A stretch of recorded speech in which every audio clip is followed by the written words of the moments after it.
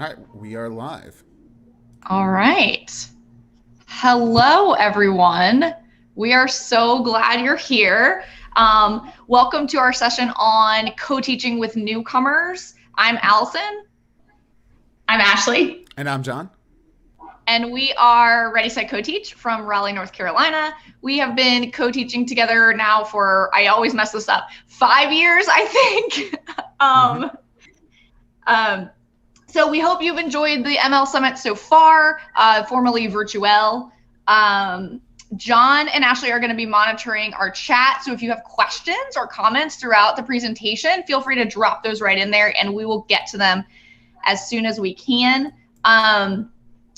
During or after the session, we would love for everybody to tweet us at ReadySetCoteach with any takeaways.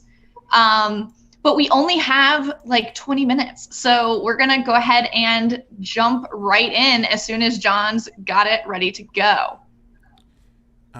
Yes, I have it. I'm trying to figure out a way to get it where our faces will also be shared as well.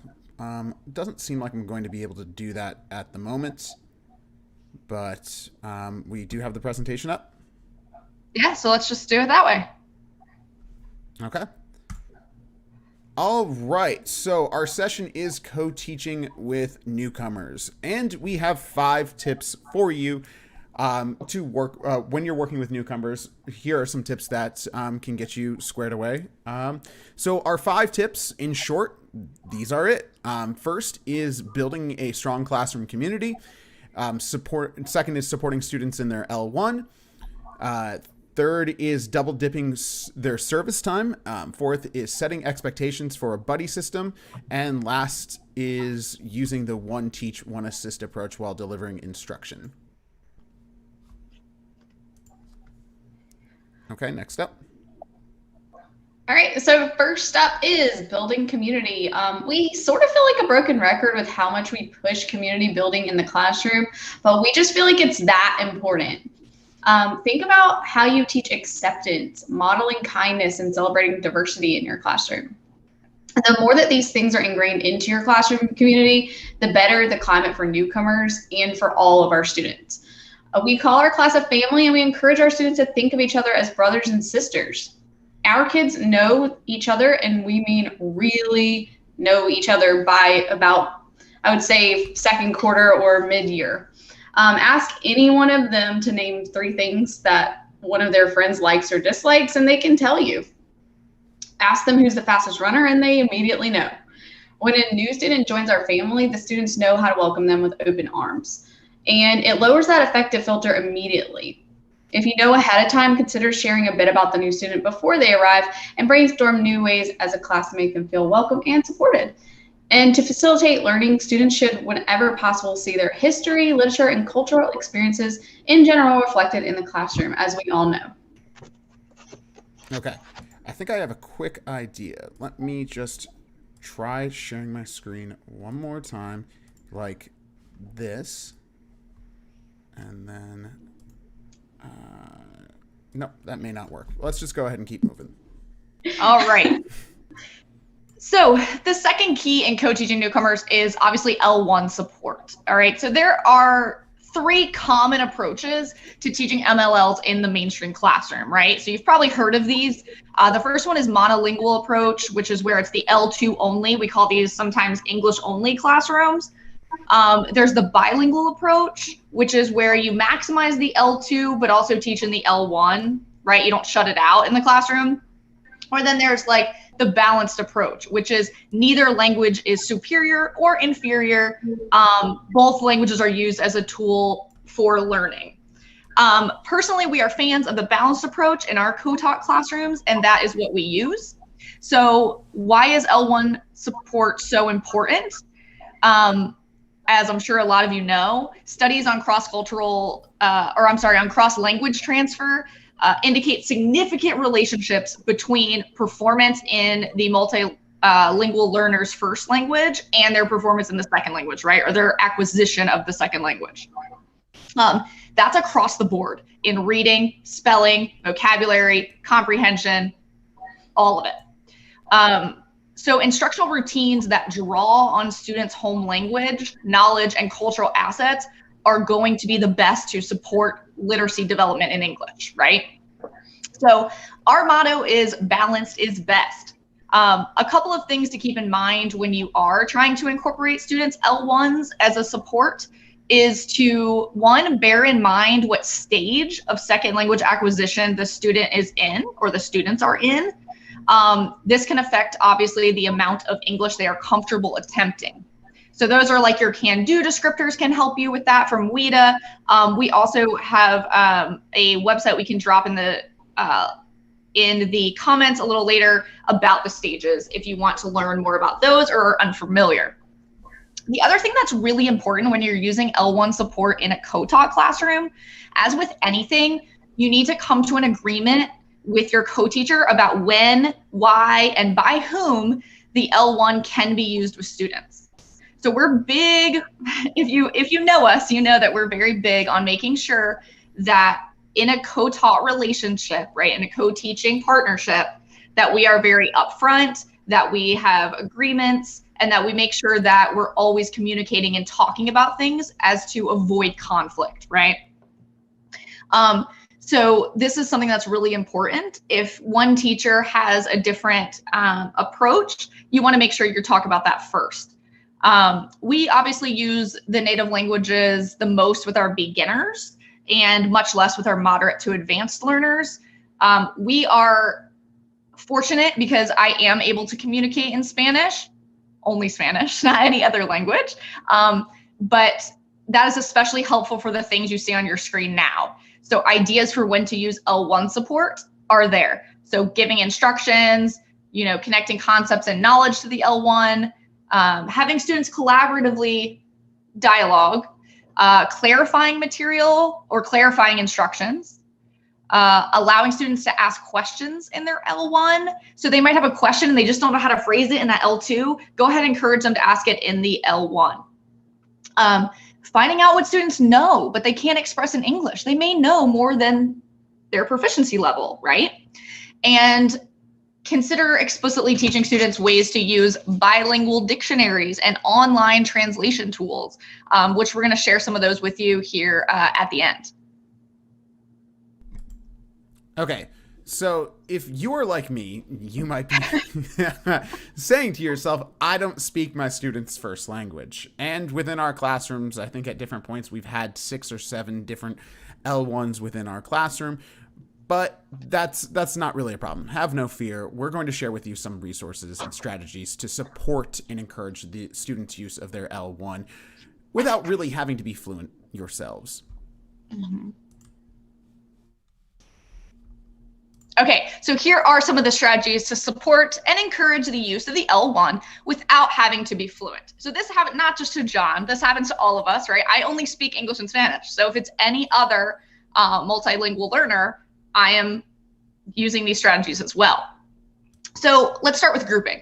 So with grouping, if your focus is higher order thinking skills or prior knowledge connections, it might be smart for you to group your MLLs together in their native languages, right? By native languages, to practice using some of their new English language structures or the new vocabulary that you've taught them. It might be smart to pair them with English speakers, right? Because that way they can practice those things and there's someone there to help them. Just keep in mind that always putting multilingual learners together or always separating them is never a good idea. Remember, balance is best. It's just as ineffective to never put them together for collaborative group work as it is that we change it up, right? All right, L1 study buddies. I'm sure this has been around forever. I'm sure most of you have heard of this or have at least, maybe tried it. So I have a grade 3 example of this. Just because we teach 3rd grade, so I grabbed a grade 3 example. But of course, this is across the board K-12, right? So a grade 3 classroom teacher allows her 3 Chinese-speaking Ls the opportunity to discuss the topic on matter. So they're in science, right? She knows that one of the students has a higher enough English proficiency to understand the explanation. that child can then have a fairly in-depth conversation with his lower proficiency level classmates, helping them to build schema for these 2 new vocabulary terms. And then when the class comes together to complete a hands-on project, your MLL has further deepened his knowledge or developed his knowledge by teaching something to his peers, and the others are able to take better advantage of the demonstration and hands-on activity, right? So L1 study buddies is not just put them together, let one teach the other, right? It is still strategically thought out and very intentional. Dialogue journals. Okay, these I love. This one is like near and dear to my heart because Ashley was just talking to us about building community. And I think that the L1 dialogue journals do that as well as support, encourage the L1 in the classroom. So dialogue journals are literally when a child just has, or a student, I shouldn't call them children, a child just has a notebook and that is their dialogue journal. So it's almost like a pen pal kind of, but they're always writing in their L1. Now they're welcome to practice their L2 at any point in that, right? Maybe they're going to do a little Spanglish for you or whatever. But they're either between student and teacher, right? Where they would write to you, let's say you set it up as once a week. They will write in their notebook, leave it on your table, and then you are able to respond back in writing and put it back on their table when you get a chance. And it's kind of like a system like that back and forth, right?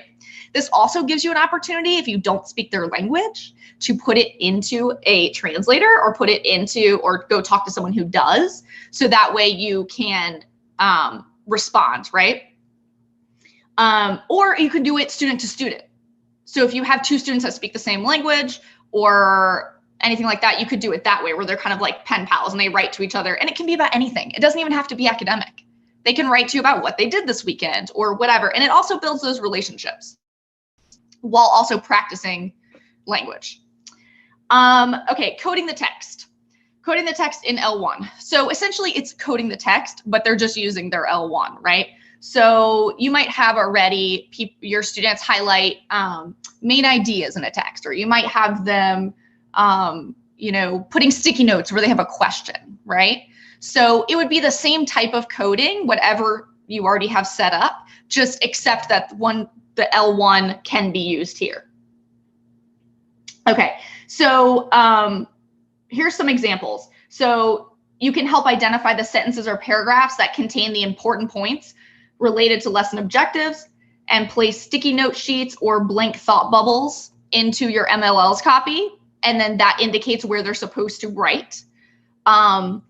They can fill in those bubbles and sheets with their L1 notes. It's going to help them develop their schematic connections that are meaningful to them on linguistic and cultural levels, right? And then you can always go back and it helps you know, like, what do they know how to do in their native language, or what do they need to do in their native language, and what can they attempt to do in their L2, right? All right, cognates. We all know these, right? Cognates. These are words that are similar in the native language as they are in English. If you Google literally any language and put English cognates, you'll be able to find a list. So basically, they're words that have the same root word in 2 different languages. So how can Ls benefit from this? Well, Ls can benefit from explicit instruction in using cognates as a meaning-making strategy, right?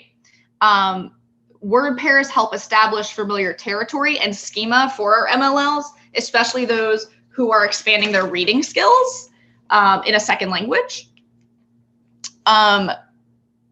It can always help. It can also help us as teachers create or increase word awareness in our students because we're working with the development of academic English, obviously.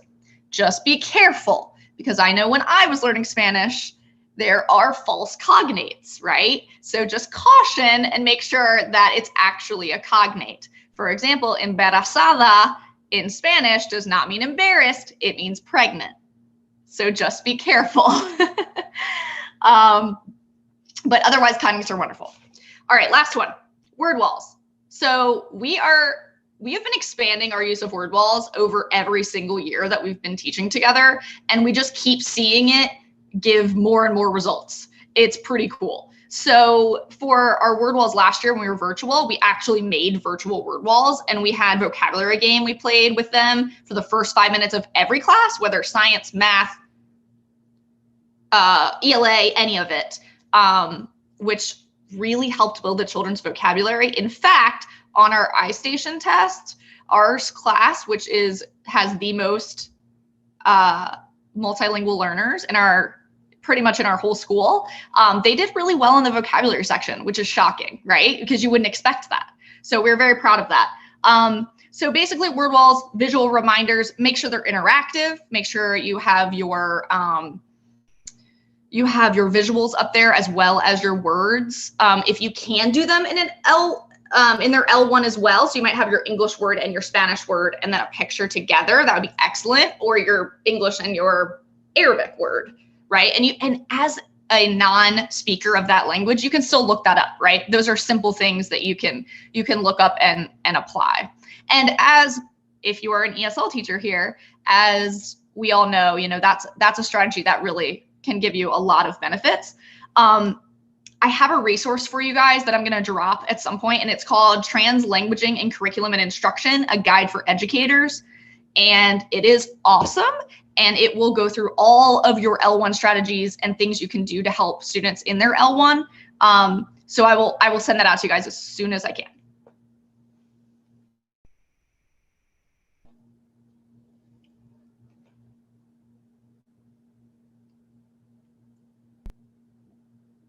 All right. Up next, our next strategy is double dipping. So with double dipping, this entails students double dipping in our co-taught lessons and receiving targeted language instruction. So within our district, co-teaching is not recommended as the only support for newcomers, because specialized and targeted language instruction is necessary to develop their tier 1 language. But if there is space within a co-taught classroom, we really push to include newcomers, because co-teaching is great for them for the exact same reasons that it is great for moderate to advanced language learners. That being said, it is still necessary to schedule daily small group language instruction for these students to meet their needs. We honestly have seen really impressive growth from newcomers that have been double dipped.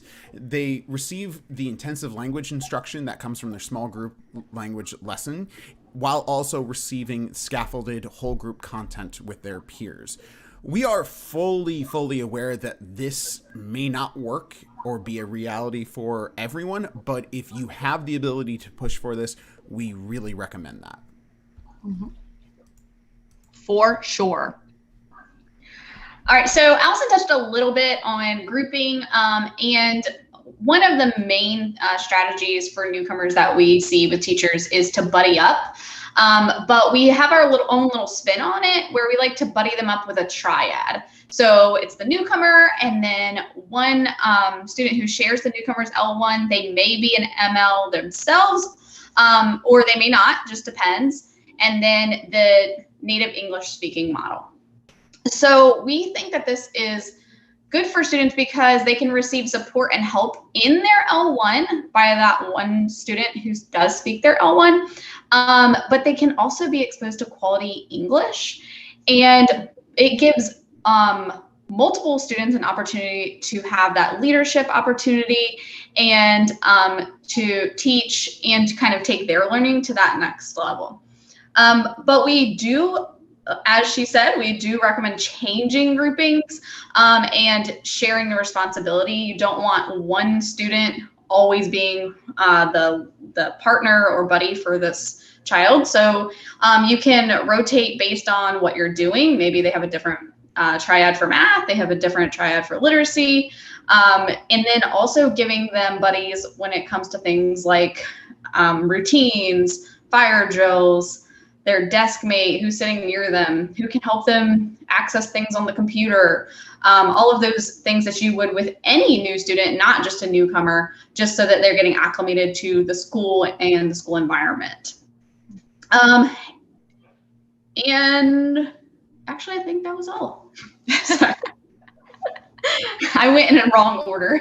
Great job, Ashley, great job. No worries, no worries. Okay, so up next is the one teach, one assist approach to co-teaching. And now in the graphic up here, you can see that we only recommend this to be used seldomly, but it actually fits perfectly well when you are working with newcomers. So why do we recommend it? Because newcomers, they require that little extra support. The good news is that co-teaching, you have two teachers in the room. Make use of it. When we have a newcomer, we use one teach, one assist to make sure that the newcomer is receiving the support that he or she needs to be successful within our classroom. With this model, one teacher can have the ability to work directly on the carpet with the student, provide a resource if the student has any questions or needs support. And with any approach, that teacher could either be the language teacher or the content teacher. We do recommend, for parity's sake, that you do swap those teachers around and not have it be just this is the assistant and this is the real teacher, because that's not actually the case within a classroom. But what we really don't recommend with one teach and one assist when you are using it with a newcomer is don't have those newcomers working on irrelevant work or far below grade level work.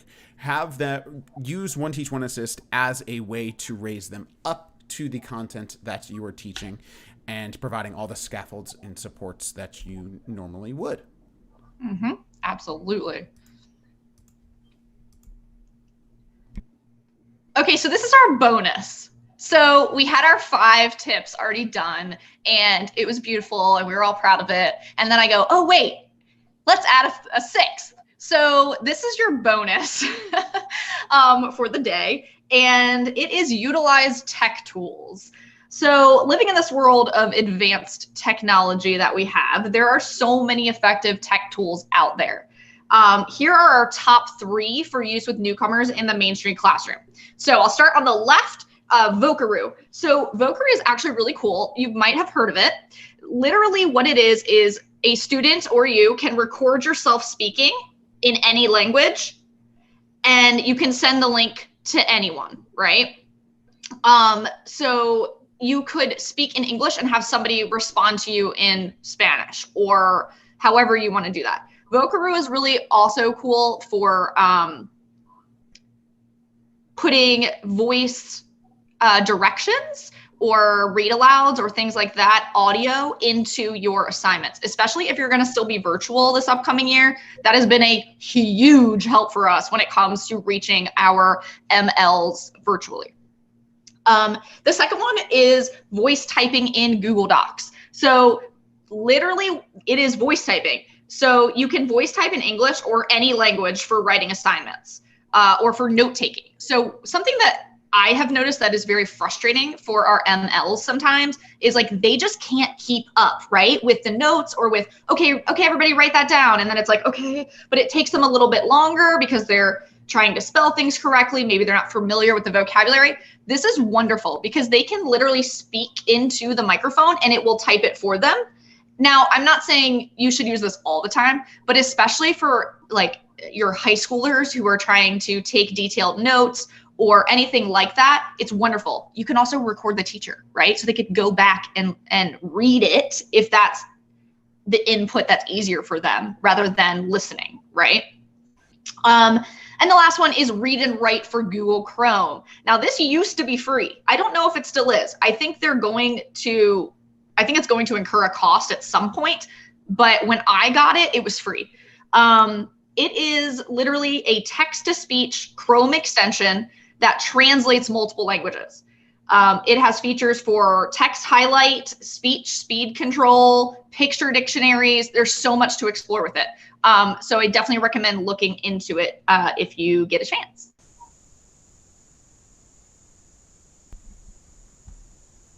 All right, so there you have it. Those are our greatest tips on co-teaching with newcomers in literally 15 minutes. So we hope that you got something out of this speedy session. We're gonna now transition to our Q&A. First, let us thank you for watching, for being here with us. We hope that you gained something from it, and just for being in the 2021 ML Summit. It's like the coolest conference for teachers of language, or all teachers, because all teachers are teachers of language. Well said. So, obviously, we're always available via Twitter or email. If you ever just want to reach out, talk to us, bounce stuff off us, we love collaborating. Reach out. But for now, we have about 4 minutes, so we are more than happy to answer any questions you may have. So one question in the chat that we have from a woman named Carol Salva. I'm not sure if you guys have heard of her before. Who? I'm just kidding. Hey, Carol. She asked, what if your reality is not co-teaching friendly? How can we take some of these tips to bridge them into a situation where co-teaching just isn't their reality? So do you guys want to speak on this? Because I'm not always in the classroom with you. So you guys can speak on how you use these when I'm not around. I kind of want to steal Ashley's slide from earlier when she talked about building a strong classroom community. There was, not the last year, because last year everyone with being remote was a little bit harder setting a classroom community, though I do still think that we successfully set one up. But the year before, we had a newcomer come into mine and Allison's second grade classroom, and she was exhibiting some negative behaviors in the previous classroom that she was in.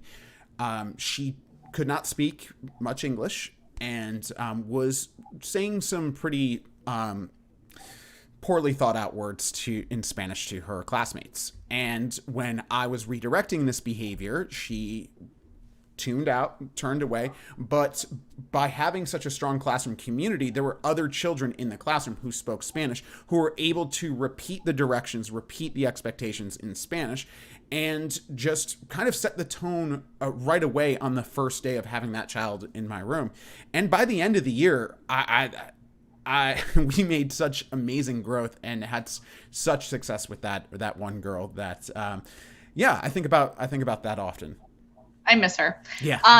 I also just want to point out, guys, that if you are a language teacher and you're working with classroom teachers, all of these things are great things to share with them. So if they come to you and they're saying, hey, I'm really having a difficult time integrating, this newcomer into my room, or I'm really having a difficult time helping them reach the content or having opportunities for success.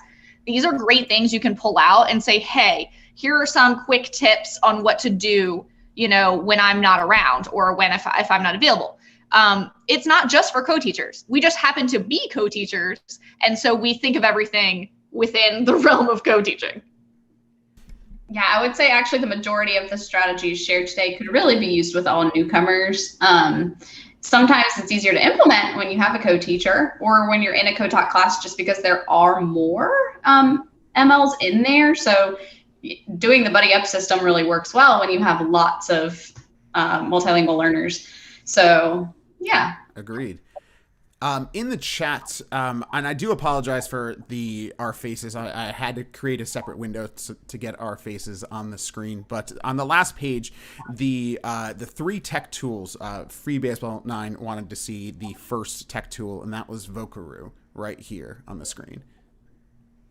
And then they wanted to see it, like they missed it, or they want me to pull it up, or they missed it because the way I had our faces, it covered it up. But here we are. Yes. Next up in the chat, Molly wants to clarify about the one teach, one assist strategy that we recommended for newcomers. But I did mention how it's here. I'll type Vocaroo in the chat for you. But how we did say that one teach, one assist is one of our seldom use strategies. Would either of you like to speak to one teach? Is the question why it's seldom used? Yes. Okay, so here's why it's seldom used. So one teach, one assist out of all of the 6 approaches to co-teaching is the least collaborative, the least, as far as parity goes, you are, hold on, let me choose my words carefully. It is a clear difference between a teacher who is, I don't want to say in charge, but leading that day, and a teacher who is just in the room assisting, right? So if you are truly co-teaching, you want to switch it up enough so that the students think that both, and know that because they are, both teachers are lead teachers, both teachers are teachers of that classroom, that they're our kids, right? And so if you get into a routine of using one teach, one assist often, that might skew that parity. We are not saying never use it. There is nothing we're ever going to tell you to never do, right? There is always an appropriate situation for everything and for every approach. The idea is just to make sure that you're choosing an approach that fits the lesson, the activities of the day, and you're picking your approach based on objectives, not based on what you're comfortable with or what you are prepared for, right?